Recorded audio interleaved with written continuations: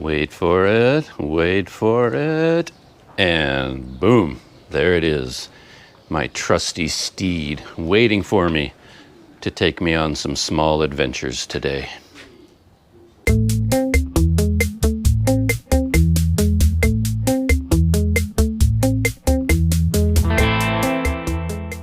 Today is going to be a little bit of a technical day as well, as I get used to driving the scooter and I fiddle around with the GoPro and figure out ways of mounting it on the scooter carefully and safely.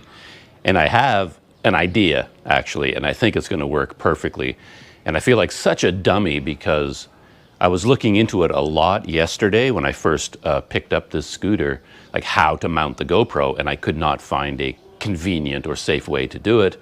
But the solution was like right in front of me the entire time, and someone suggested it in the comments. And yeah, it was the solution, and I'll talk about that in a minute. But having a scooter is all about going places, and I think today I'm going to go to the Thai Unity Buddhist temple. And it is quite a well-known temple here, perhaps even a famous temple in this whole region. I'm not really sure. I was going to do a whole bunch of reading about it this morning, but I didn't. So it's going to be a complete surprise to me, and maybe I can learn about it when I get there. We'll find out whether I can get some information about this temple.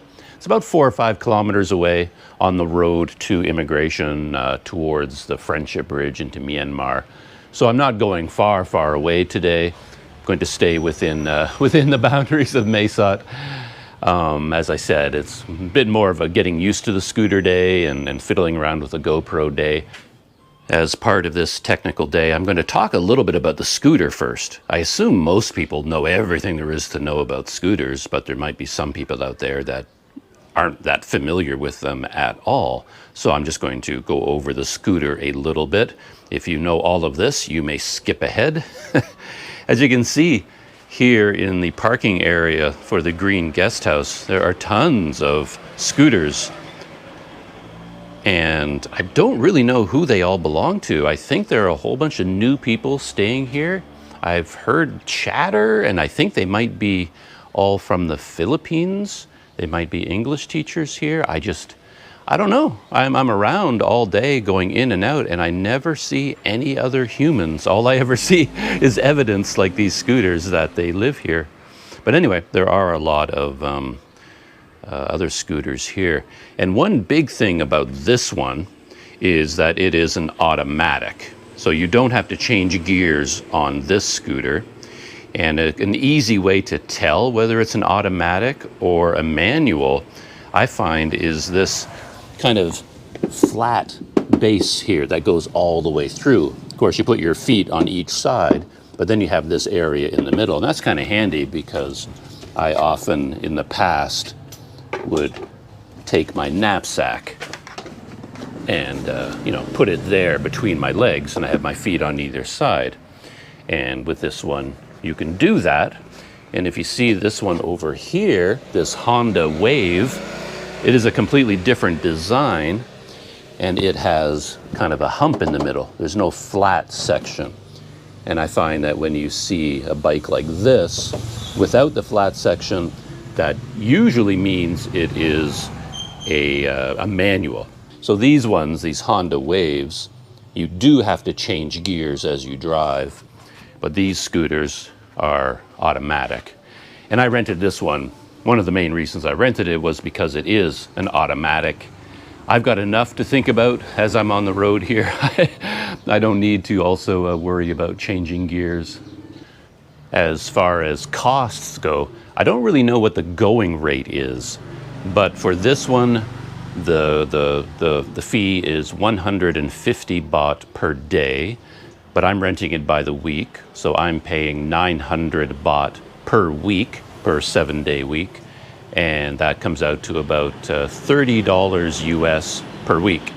And I will probably end up renting it for a full month after this week, and I assume there'll be a little bit of a discounted number for a full month rental. But as I said, it's 900 baht per week, about $30 US, That works out to like, what, $4.30 a day to rent a scooter like this. If you do it by the day, it's a bit more. But by the week, $4 a day seems, seems to be the going rate. And I've noticed that in Thailand in general, these manual transmission scooters seem to be more common than the automatic that I have. You know, even as we go around the parking lot, this one would be a little Scoopy, very popular scooter, the Scoopy, and that one is an automatic. And there's another Honda Wave, which is a manual. You have to change gears. And there's another manual, another Honda Wave manual, another Honda Wave manual, and then an automatic. And then over here, got two that are manual transmission and then one automatic. And I think that is because the automatics are a bit cheaper. So I think this brand, this Honda Wave, the manual, would be cheaper than an automatic like this one. I can't swear to that, but I think that's what's going on. These ones, it was the same in the Philippines. I rented a motorcycle in the Philippines one time, and it came with this design. It was a little bit bigger than this. It was like more of a motorcycle, perhaps. But so I had to change gears all the time on my trip in the Philippines. About a month-long motorcycle trip. And it was cheaper to rent the manual than an automatic. As far as controls go, it's pretty simple. As I learned yesterday, this is your key. I was such a dummy that when I first got the scooter and parked it at the coffee shop, I was trying to start it with my hotel room key. I was just really tired yesterday as well, and I wasn't thinking clearly. But this is the kind of key that you have for a scooter like this. It goes in down there, and all you do is turn the key, and you can see the scooter turns on. Speedometer, of course, mileage. I picked it up at about 9,800 kilometers exactly yesterday. So that's kind of handy. I can judge how long I've been driving this thing, see how many kilometers I end up covering. I did about 4 kilometers yesterday, not very far. And since it is an automatic, all you need to do is twist the throttle to go. So this is the throttle on the right-hand side. So that's your gas, basically, to go faster. And this handle on the other side does nothing. It's just a grip. Brakes are up here. This is the rear brake. And this is the front brake. And I have learned in the past that you've got to be very careful with the brakes on I'm not an expert driver for scooters or motorcycles, but if you just hit the front brake only and lock up the front wheel, that's bad news. You're going to go tumbling. So the rear brake is your friend, and you generally apply both brakes simultaneously with different amounts of pressure. Over time, you get a feel for it, how to brake properly and safely. And little things like turn signal. So there's the turn signal. Doesn't make a clicking sound, and after you complete your turn, in a car, when you straighten out your handlebars, your turn signal turns off automatically. But on scooters, it doesn't. So you have to turn it on, and then you have to push the button in to turn it off. And that's why you see so many scooters driving around with the turn signal on. They have no idea that their turn signal is on. This light on the dashboard might even be out. So even though the light on the back is flashing a turn signal, the driver isn't even aware what they've done. And they drive for hours not even knowing that they're signaling for a turn the entire time. So I try to be very careful to turn that off, because it can be quite dangerous if people think you're turning and you end up not turning at all. Other controls, pretty simple. Got your horn here, which I won't test. I don't want to disturb people. Headlights over here. And starting the scooter is a little bit different perhaps from one to the other. This one has a feature that was not on any of my other scooters, and that is that in order to turn on the scooter, the kickstand down there, you can see the kickstand, it has to be off the ground. So if the bike is leaning over and the kickstand is touching the ground, the bike won't turn on. So you have to put the bike up, raise the kickstand, and now the scooter will start. You've got the key in, and you also have to pull in one of the brakes in order to start the scooter. If you try to, it's a push button start, so you just push this button. But if I push the button now, nothing will happen because I have to pull in one of the brake handles. Now if I pull in a brake handle, scooter starts up. And of course that's a safety measure because you don't want to hit the, start the scooter and then suddenly go lurching forward. So they want to make sure you have a brake applied before you turn the scooter on. And it really is that easy. You just turn the key into the on position, push the button, and twist the throttle, and away you go. And then you have your brakes on either side. And that's pretty much the whole thing. Turning it off, just turn the key. And one thing I completely forgot about, I didn't even do this last night, is that when you park the scooter, you turn the handlebars to the side, and then you twist the key all the way around to pull it out, and that locks your handlebars into place. So it makes it more difficult for anyone to steal the scooter. And last night I completely forgot about that. My landlord here actually came up to talk to me this morning and told me, hey, you better be careful to lock your handlebars. I'd completely forgotten about that.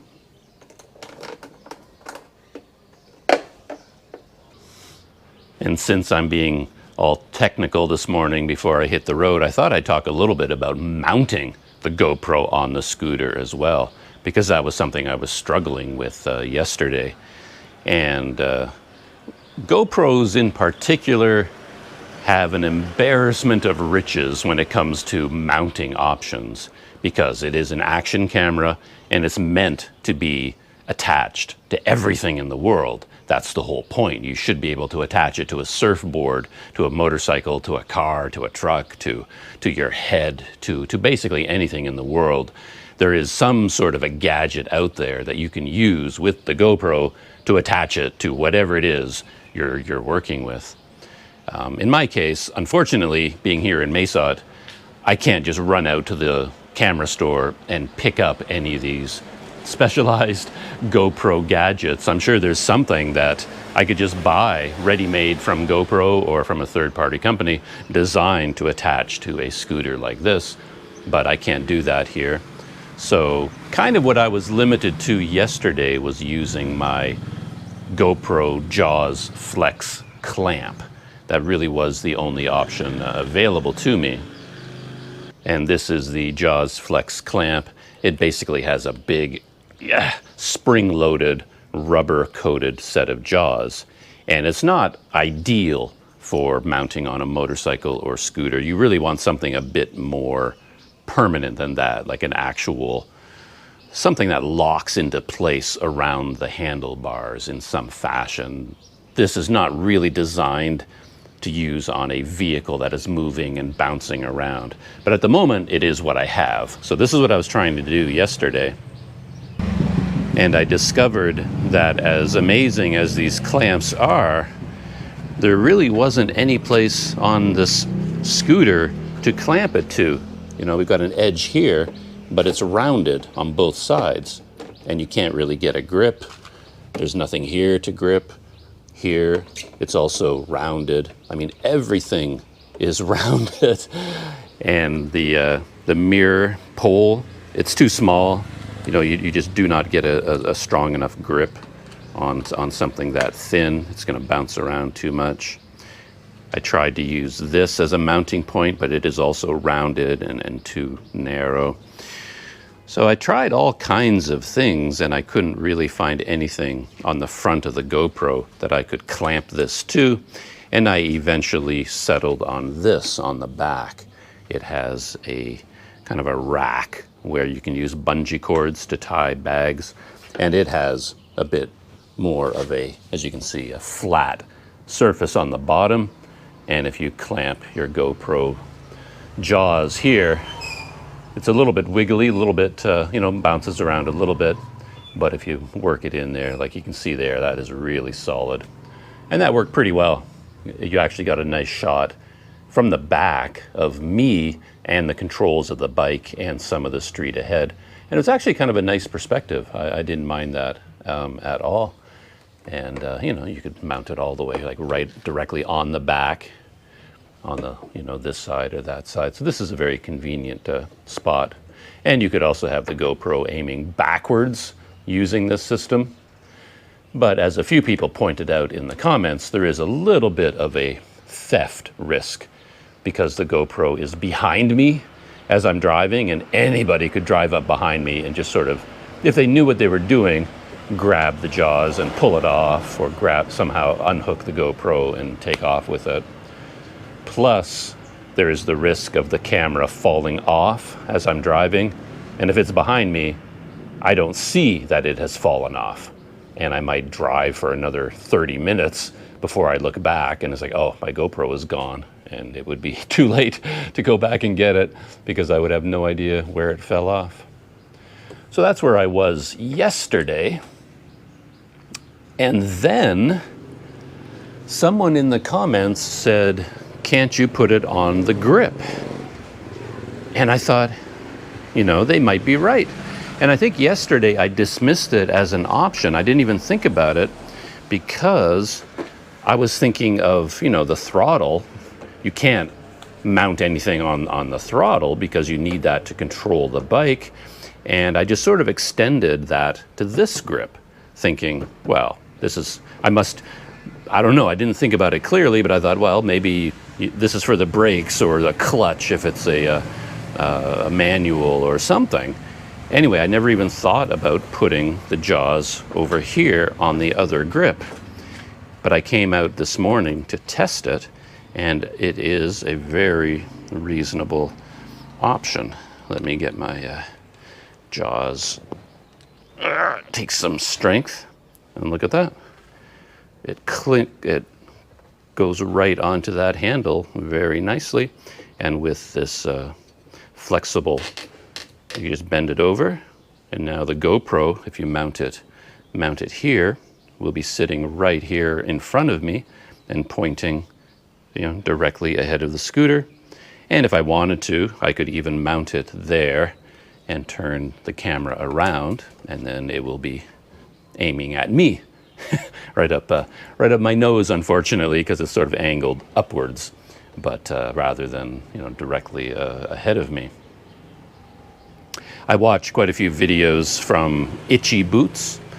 She's a moto vlogger from the Netherlands, and I noticed she has two GoPro setup. She has one GoPro mounted on her helmet, like on the chin of her helmet, and then she has another one mounted with a good mount on the handlebars of her motorcycle, aiming backwards.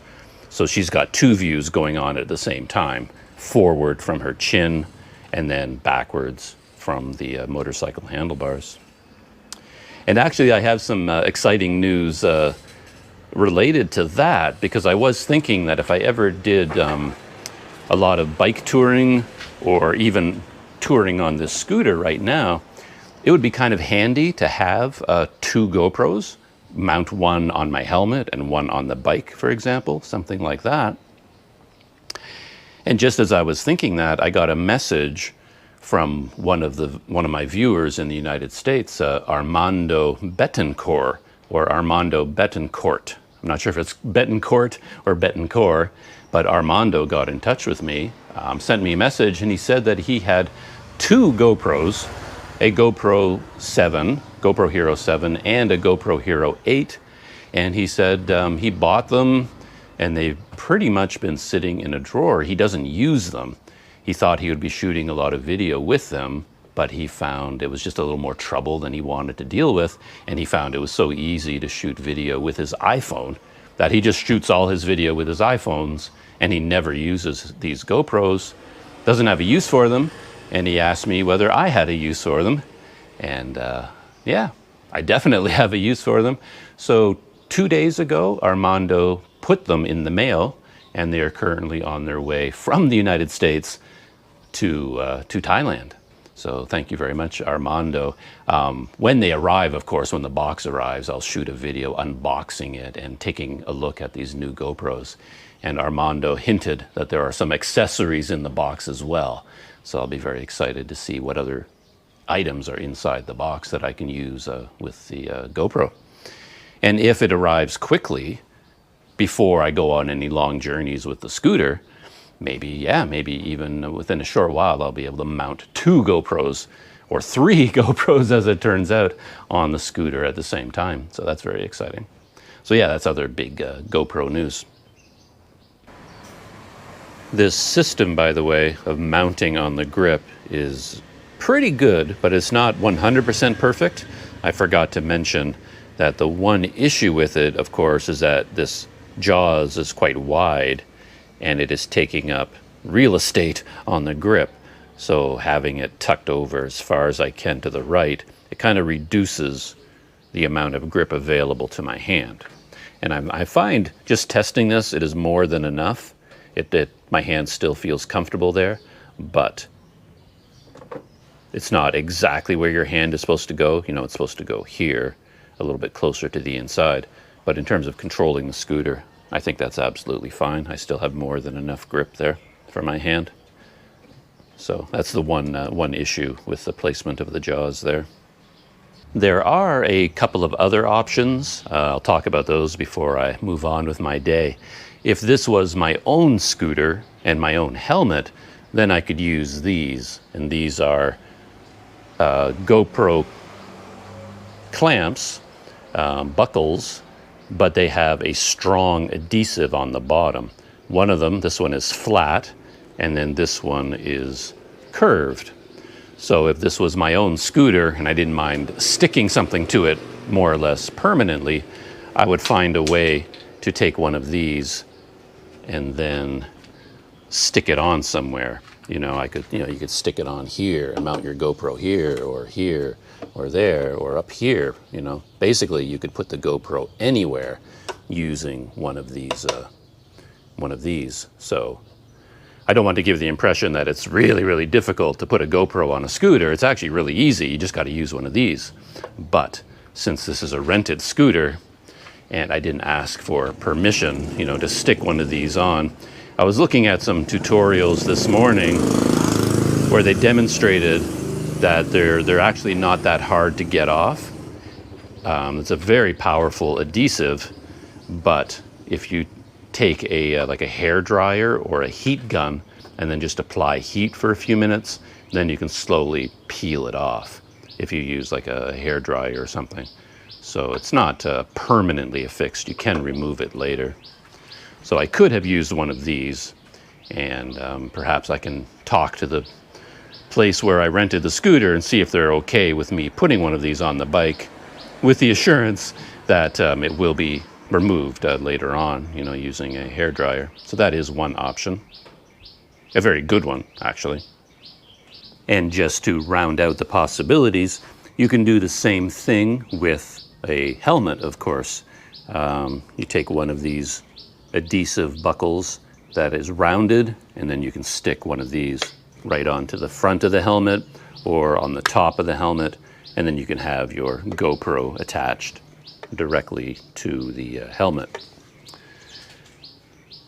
One issue with that I find is when I watch a moto vlog where they have the camera mounted to their helmet and they're not careful about their filming or their editing, you end up with what they're filming just swinging around all over the place. Because as you're driving, you're looking around, you're checking over your shoulder when you're making a turn, and then so the GoPro is just like swinging all over the place.